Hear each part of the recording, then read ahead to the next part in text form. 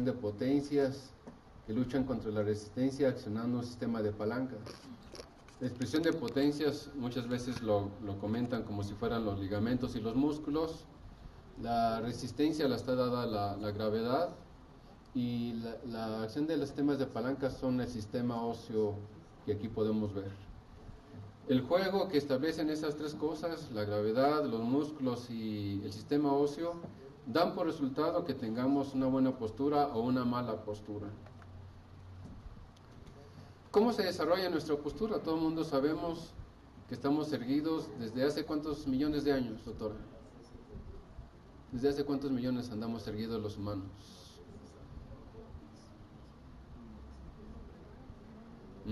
¿Cuántos?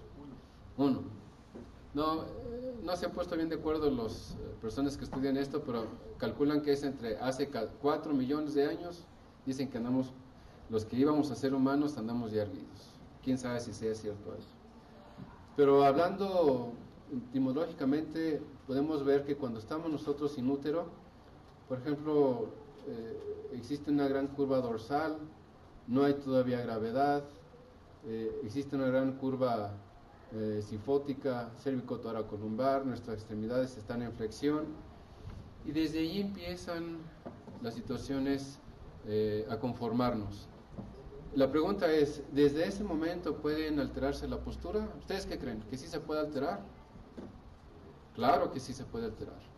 Un paciente o un producto que venga pélvico va a tener algunos problemas de cadera, sencillamente porque sus extremidades están en hiperextensión, o en hiperflexión, perdón, y entonces los ligamentos de la cadera están mal conformados, nos pueden dar problemas de displasia de cadera, las caderas pueden crecer fuera de su lugar y alterarnos nuestra postura. ¿Eso qué quiere decir? Que sí hay alteraciones intrauterinas que nos pueden desde ese momento alterar nuestra conformación. Cuando ya nacemos, ¿la que sigue? Cuando ya nacemos, esto comienza a modificarse. Todavía nuestros bebés están acostaditos, entonces persiste todavía esta gifosis.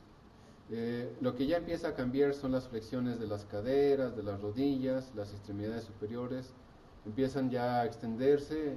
Hay algunos grados que algunos consideran como normales. Y también la pregunta es, ¿esto es susceptible de modificarse? Bueno, claro que sí. Ustedes han oído hablar de los programas de estimulación temprana, en el cual ya desde chiquitos los empiezan a hacer ejercicios, por ahí ya les empiezan a dar pesas para que empiecen con las pesas a los 2-3 meses. No es cierto. Pero sí, ya existen algunos ejercicios para ir modificando nuestros músculos. Cuando ya empieza a sentarse esta curva, empieza a modificarse, empieza a haber ya un poco de lordosis cervical y la lordosis lumbar. Las extremidades se extienden un poquito más y nuestras curvas de la columna y las extremidades, los arcos de movimiento empiezan a modificarse, hecho que se acentúa cuando nos empezamos a sentar. Cuando ya estamos sentados, la lordosis cervical y la lordosis lumbar se establecen en forma definitiva, cosa que no pasa, por ejemplo, en los niños que tienen una PCI tipo 4 en la clasificación del Dr. Redón, en la cual siempre están acostaditos. Ellos no llegan a desarrollar estas curvas. Entonces, este hecho de que estemos ya sentados nos implica que nuestro cuerpo está activando ya los músculos que están actuando contra la gravedad, de tal manera que los músculos que están alrededor de la cintura pélvica y los que están alrededor de la cintura torácica se hacen más fuertes. Consciente o inconscientemente estos músculos empiezan a actuar y empiezan a actuar sobre la estructura ósea. Ya cuando caminamos, están bien establecidas las curvas, ya nuestras extremidades inferiores están las caderas totalmente neutro, ni en flexión ni en extensión, nuestras rodillas también. Y aquí es lo que le llamamos ya la postura que vamos a tener. En todas estas etapas que hemos estado mencionando, ya dijimos que inclusive desde la vida intrauterina la postura puede ser modificada, de tal manera que para lograr una correcta postura se ha definido o se ha dicho que hay factores genéticos factores ambientales y factores de hábitos y entrenamientos posturales. Nuestra postura es susceptible de ser cambiada. Ya lo veremos un poquito más adelante cómo es factible de cambiarse estas cosas, inclusive de agregarse algunas otras. Ustedes como pediatras, ¿cuándo se van a dar cuenta si su niño está desarrollando una buena postura o si está teniendo alteraciones posturales? No se necesitan muchas cosas, quizás una regla, un goniómetro, la cual ustedes acaban de adquirir de forma gratuita en estos momentos, en el receso, una plomada y la historia clínica. Y con lo que es más importante es este órgano, que es el que nos va a definir cuándo estamos frente a un niño que tiene una buena postura o a una persona que está desarrollando una buena conformación corporal y cuándo se está alterando. Generalmente para tener una observación de la postura debemos de descubrir completamente a nuestro niño. Si la pregunta del papá que venga y nos diga, oye, ¿sabes qué? Yo le veo que el niño se para con las rodillas muy hacia atrás, ¿no le quieres revisar la rodilla? Bueno, pues fíjense que ustedes lo tienen que descubrir completamente porque increíblemente hay debilidades de algunos músculos de la cadera que influyen indirectamente en las rodillas para que se presente el recurvatum.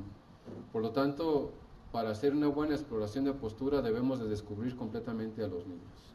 Tenemos que tener una vista lateral, una vista posterior y una vista lateral.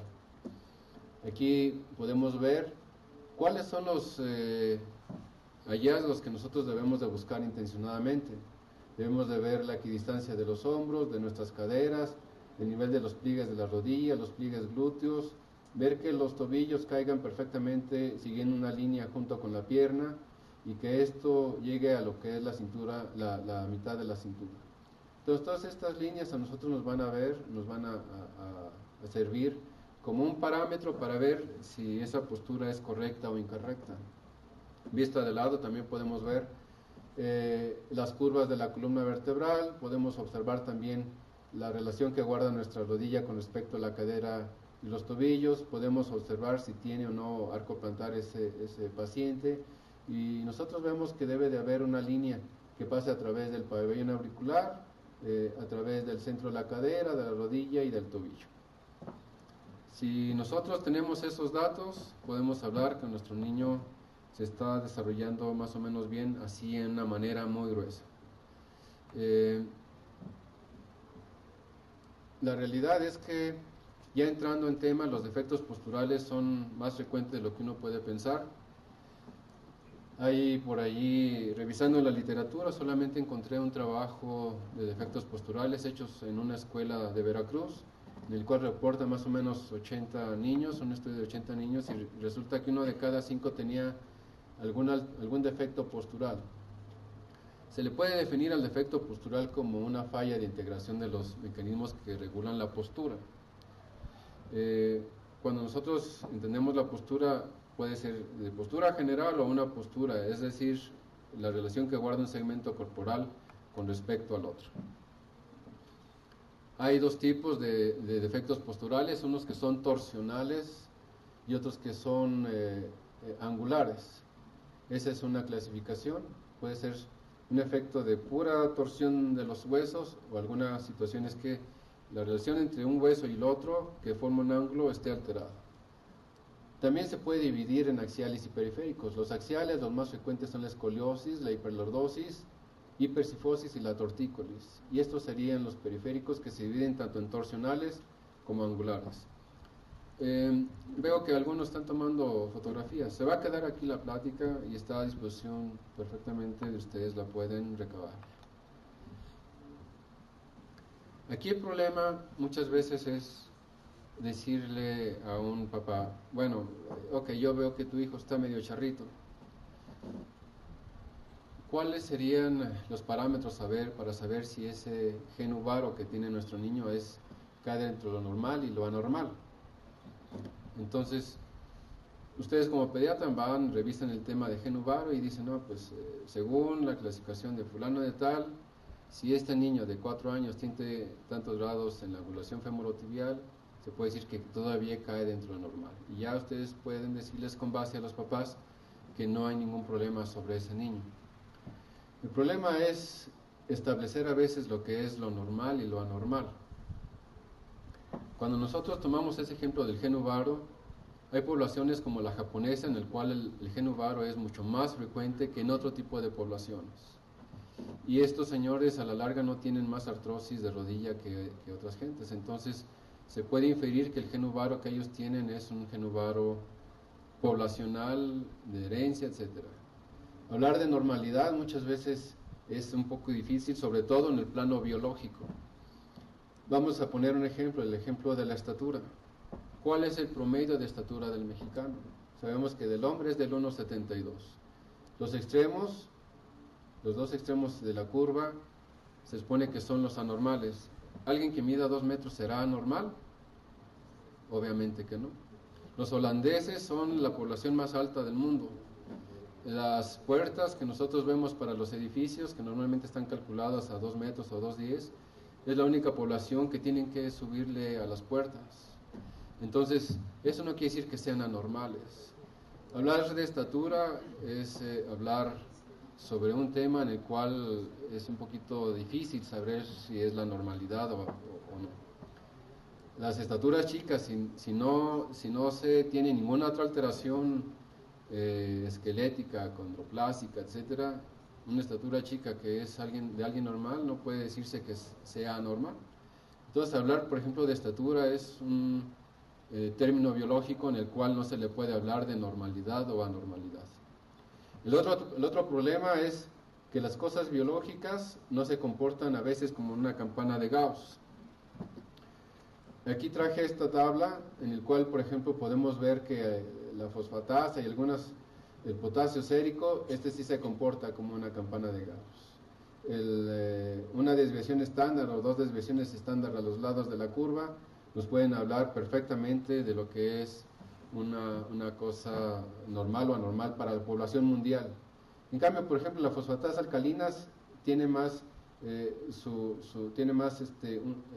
de los extremos más largo que el otro, entonces ya no se comporta como una campana de Gauss. La química plasmática tampoco, la hemoglobinuria, etcétera, etcétera. Entonces, también las rodillas y las desviaciones no se comportan como la clásica campana de Gauss. Nosotros podemos ver, y esto también es motivo frecuente de consulta, que nos llegan chiquillas que caminan con los pies hacia adentro o con los pies hacia afuera. Eso lo tenemos todos los días, y eso nos preguntan los papás: oye, ¿qué pasó? ¿Qué onda? ¿Necesita tratamiento? ¿No necesita tratamiento?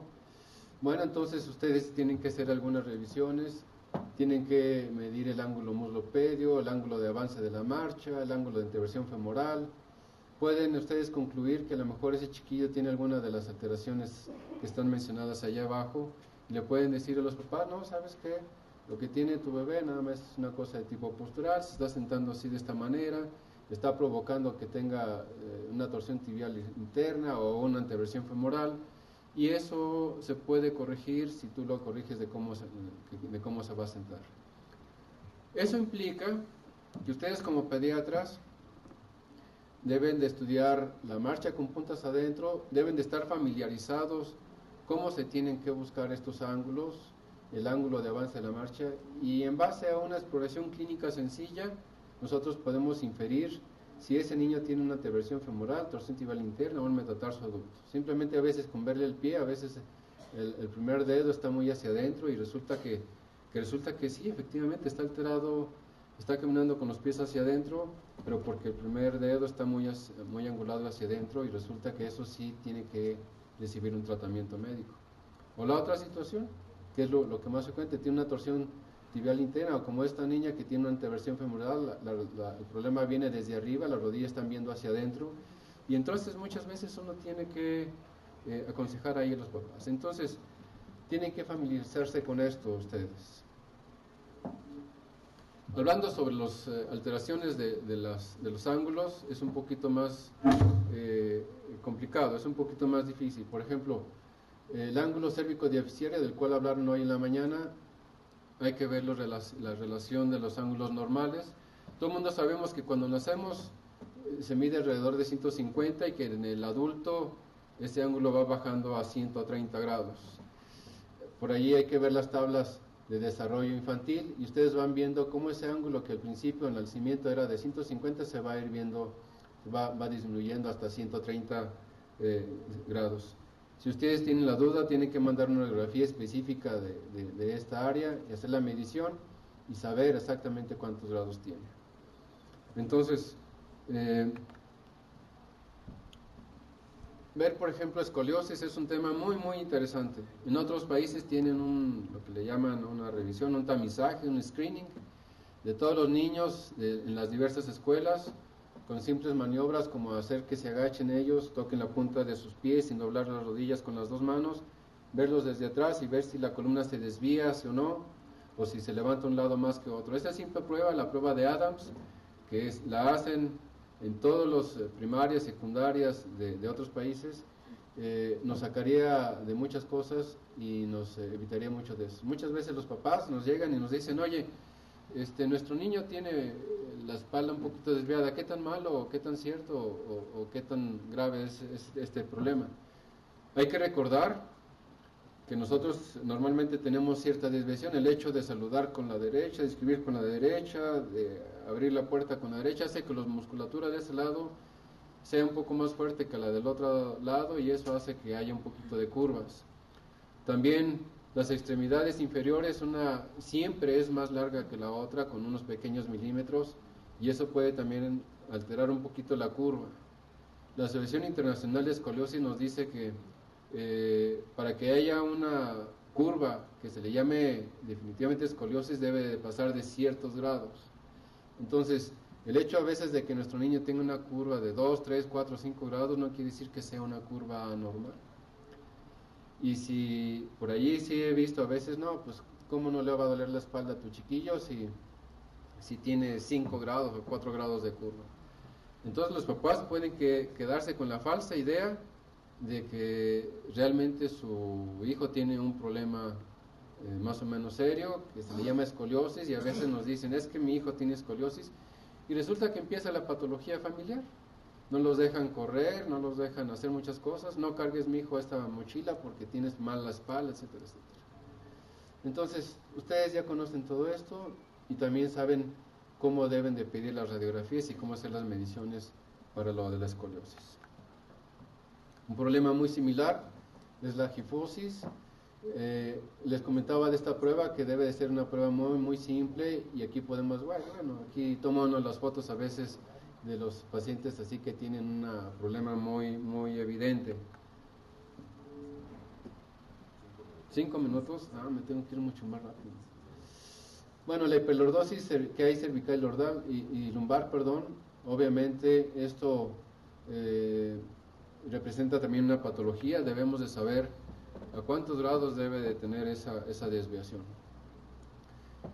Aquí les traigo estos ejemplos y aquí les quise traer una tabla en el cual cómo eso geno-valgo o geno-varo se va modificando. Nosotros sabemos que hasta los 2 o 3 años los niños tienen las piernas así como charritos y luego ya después esto se va mejorando hasta que después en las niñas es más frecuente el geno-valgo y en los niños es más frecuente el geno-varo. No quiere decir que entre más geno-varo tenga el niño vaya a ser más hombre o al revés, con esto de la diferencia de los géneros.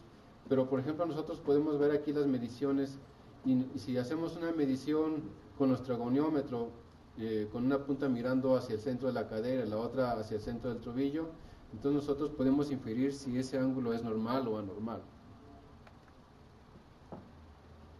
También ver si al verlo de lado cómo se está parando. Aquí está la plomada que debe de pasar por el centro de la cadera y por el centro del tobillo. Nosotros podemos ver estos ángulos y saber si está dentro de los parámetros normales.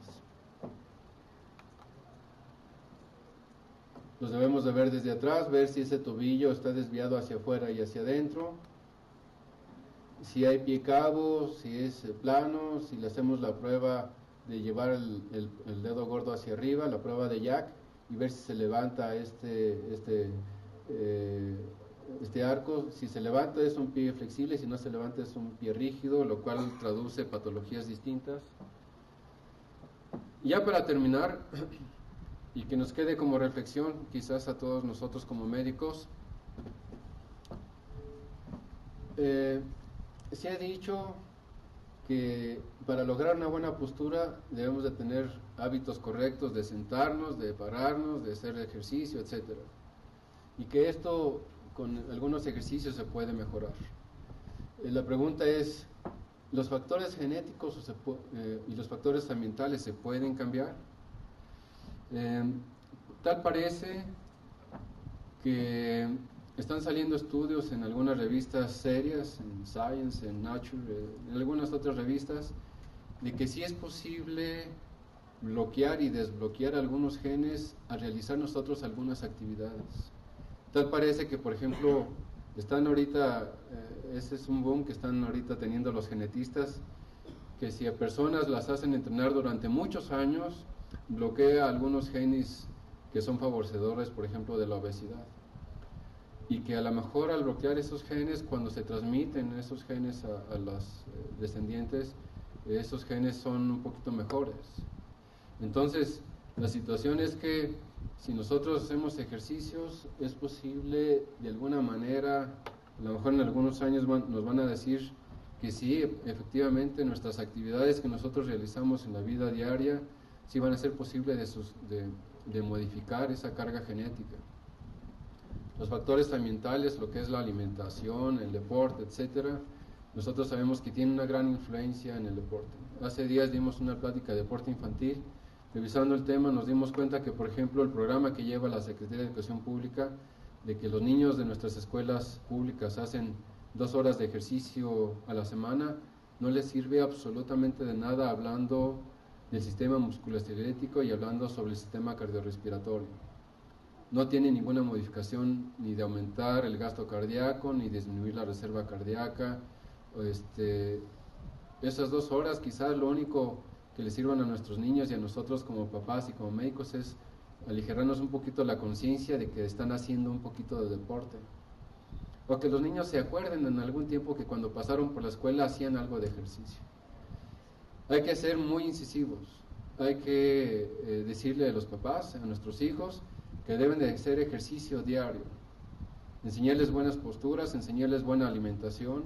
Y yo lo que les puedo decir es que todos estos factores sí pueden ser modificables para tener nosotros una buena postura. Muchísimas gracias.